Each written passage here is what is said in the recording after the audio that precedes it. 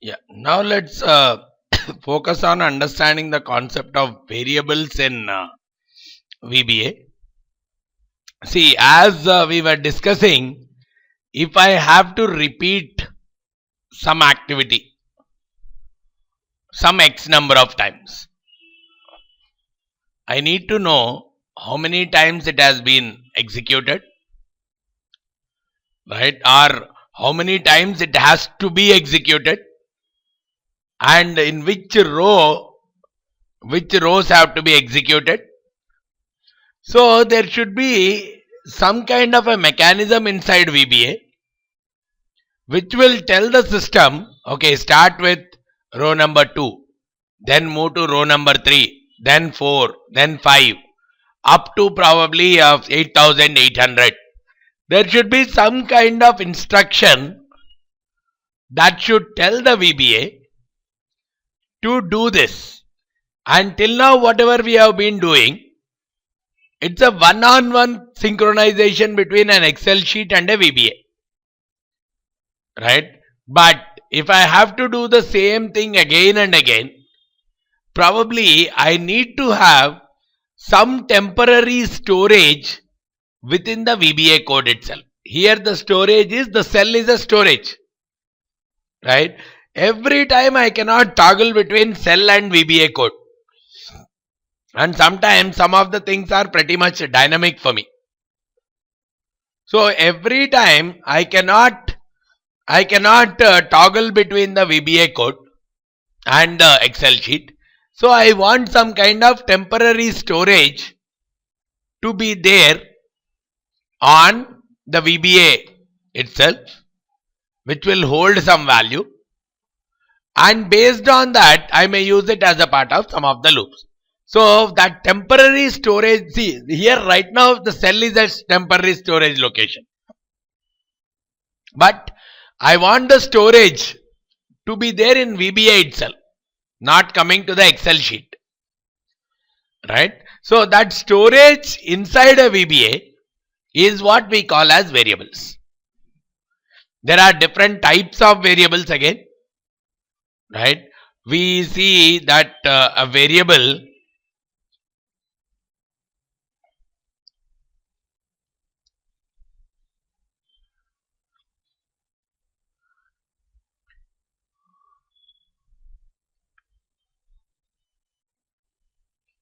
these are the different types of variables that are there in VBA. VBA wise, when I said variable, it's a data storage location. Right? Which means there is a memory assigned to it. Data storage is like a memory. Now, depending on the type I define that variable as, right, it occupies some amount of memory. Like I can define that particular variable as byte. Then it will occupy 1 byte of memory. 1 byte is, you have a typical memory system kind of stuff, right? This much MB, this much GB is what we talk about. So when any variable which I define it as a byte type, it will occupy only 1 byte of memory, which means the value for that can lie only between 0 to 255. So if any value is more than or less than this, probably defining it as a byte type will not give a correct result. Right? Similarly, if I define something as an integer, it will allocate 2 bytes of space. So 2 bytes of space can result up to some 32,767 as a number, 2 power, because computer language always is about zeros and ones. So the maximum possible number that it can hold is up to 32,767 kind of number. So if I think my numbers are even more bigger, I may have to look out for a long. Long is even more bigger. It occupies 4 bytes of memory. See, I may say, why do I define as 1, 2, why don't I leave it?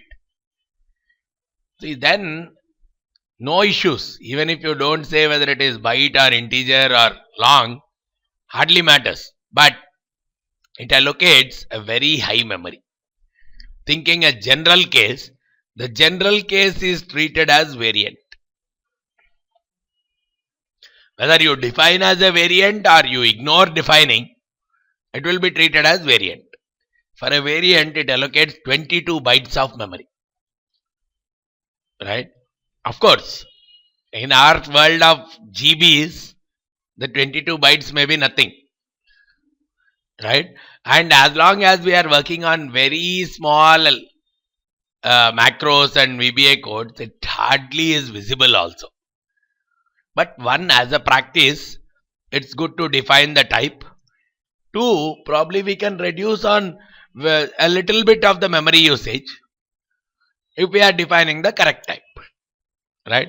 So let's say for runs, at the max, the runs are, it's very hard to see more than 255. Or probably even if you visualize that at any point it can be more than 255 also. It cannot be at least more than 32,767.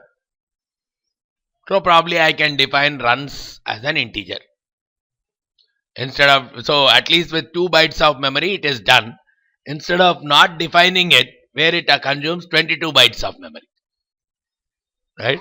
If it is one variable, it hardly matters. But if assume there are 100 such variables, it definitely has an impact. Right? So that's where we have to be slightly. And if at all my data is having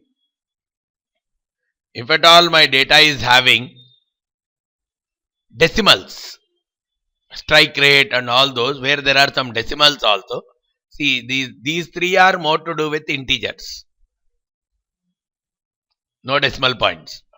But if my data is having a decimal point, it's better to define it as double. Right? And a date, again as a date, string, boolean, if its output is yes or no kind of thing, I'll define it as boolean. And generic, if I'm not sure of what is its data type, then I'll define it as a variant. See, in some cases that particular value has to be a text, and in some cases it can be a number. Then I'll better define it as a variant itself rather than saying integer or a string. In those cases I'll define it as a variant.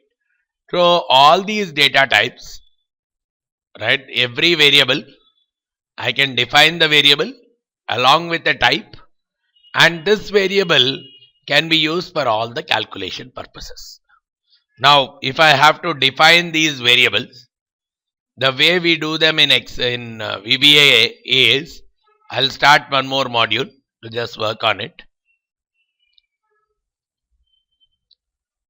I'm inserting one more module. So I say sub working with variables.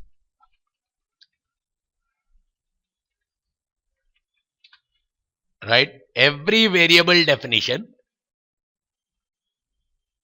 in VBA goes with a statement called dim. Dim is more like a variable. Define a variable kind of stuff. So I may say dim a as integer.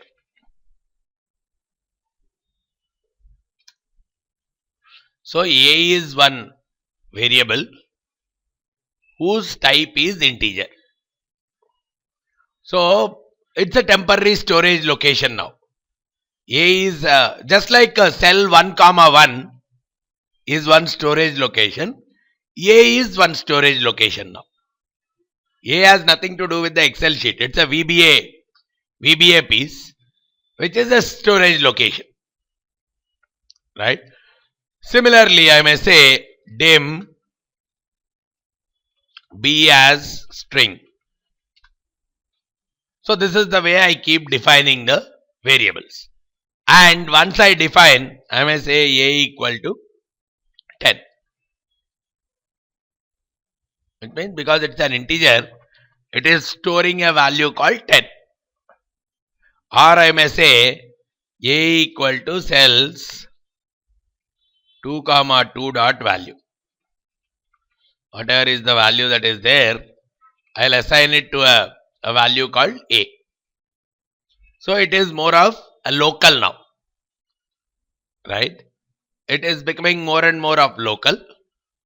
From the Excel, I have pulled that value of cell 2, 2 into the VBA, stored it locally as a VBA variable. Now I will say, okay, A equal to 2 into A. I'm doubling that value. A equal to A plus 3. Adding 3 more to that. Some more things I without interacting with the cell.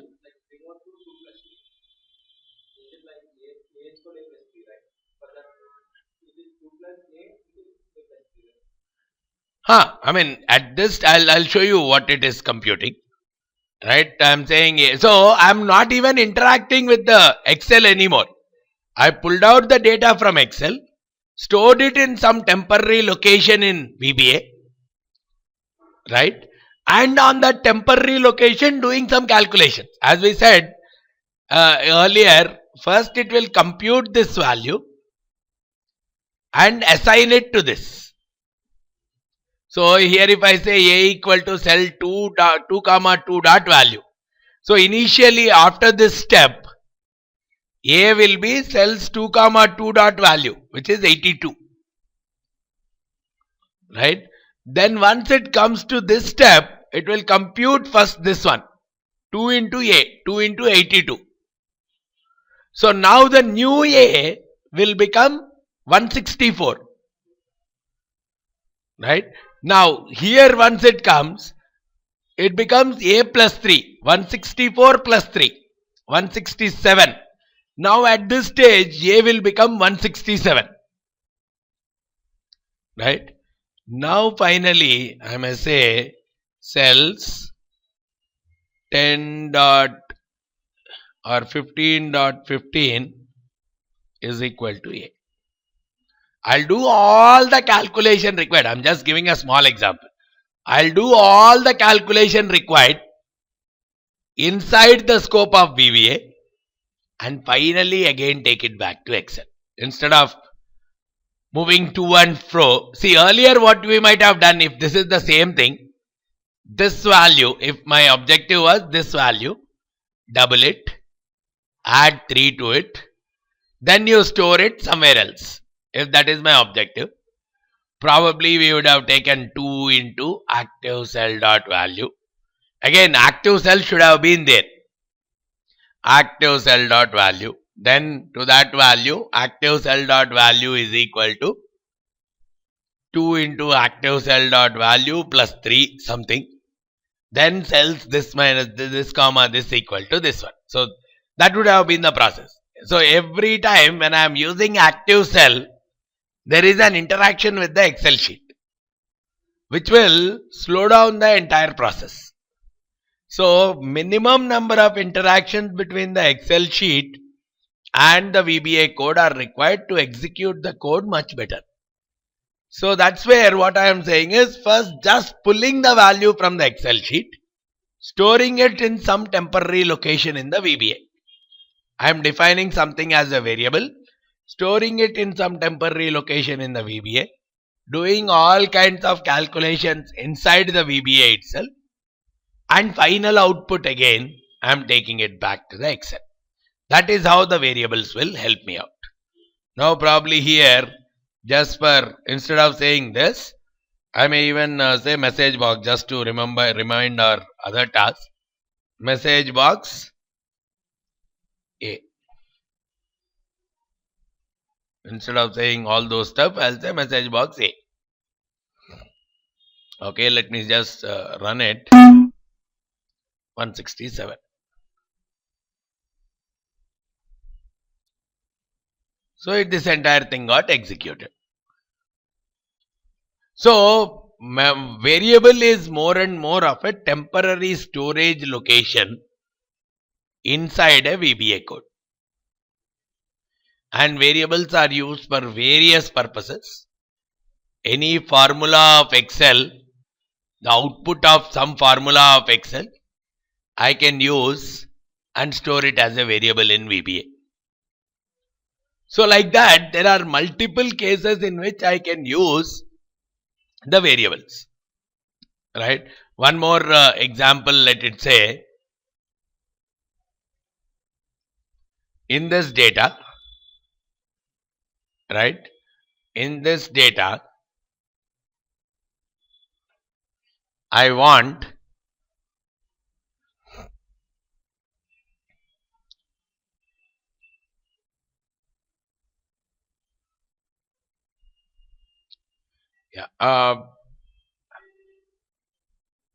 I want, let's say, this cell to be doubled and updated. This cell to be doubled and updated. What is the best alternative for us? Active cell dot value is equal to 2 into active cell dot value. If I can do it as simply as that in Excel, no issues. I don't need a variable. But if I say I have to do a long calculation and after that update the value, right? Not just double, do a lot of stuff on that, right? And finally update. Then it would be better if that entire calculation is taken within the scope of VBA, all the steps executed in VBA, and finally the value is transferred back into the Excel, right? Especially when I have to do a task, probably the example which we were talking of, highlighting all the rows, right? I have to do the task 8,000 times, right? If I have to do that task 8,000 times, I really need to think what is the better mechanism here, right? Probably it may, if it has to do the same thing 8,000 times, I need to have some kind of a counter or some kind of location, okay, up to where I have done, how many rows got over. So some kind of a temporary storage location is definitely required. So that is where I depend a lot on the creation of variables in VBA. We'll look at different scenarios there where we'll hold some kind of temporary variables so that we always don't need to come, right? See, as a simple thing, I'll say cells I comma j dot select. So depending on what is the value of I and what is the value of j, that particular row and column will be selected. Now if I and j, if I can make it dynamic as a loop, so it becomes 1 comma 1, 1 comma 2, 1 comma 3, all those things can happen without our manual intervention itself. Because I and j, I am defining them as two variables inside the VBA scope itself, right? So we'll take a few more examples which can actually give us that kind of a flavor, right? The more examples we take up where we are defining some kind of variables, that will give us some more additional insight into how this variable is really helping us out in terms of replicating the behavior, right?